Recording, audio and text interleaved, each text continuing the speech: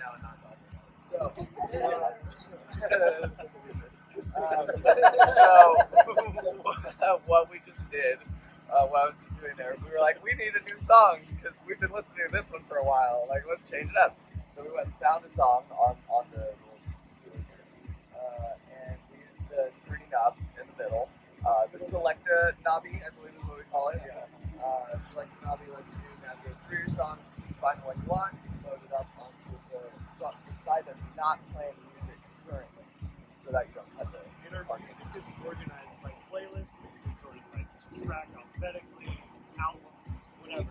BPM and the key it's in, so we know like, oh, like this is a complementary key, so it's probably going to sound okay on top of the other ones. And so then basically you then use the jog wheel here to navigate across the song. Oh yeah, it is hard to see, but you guys don't need to see the screen too. Well, actually, you see it right there. You see the waveforms. Yeah, it's just like a hard note.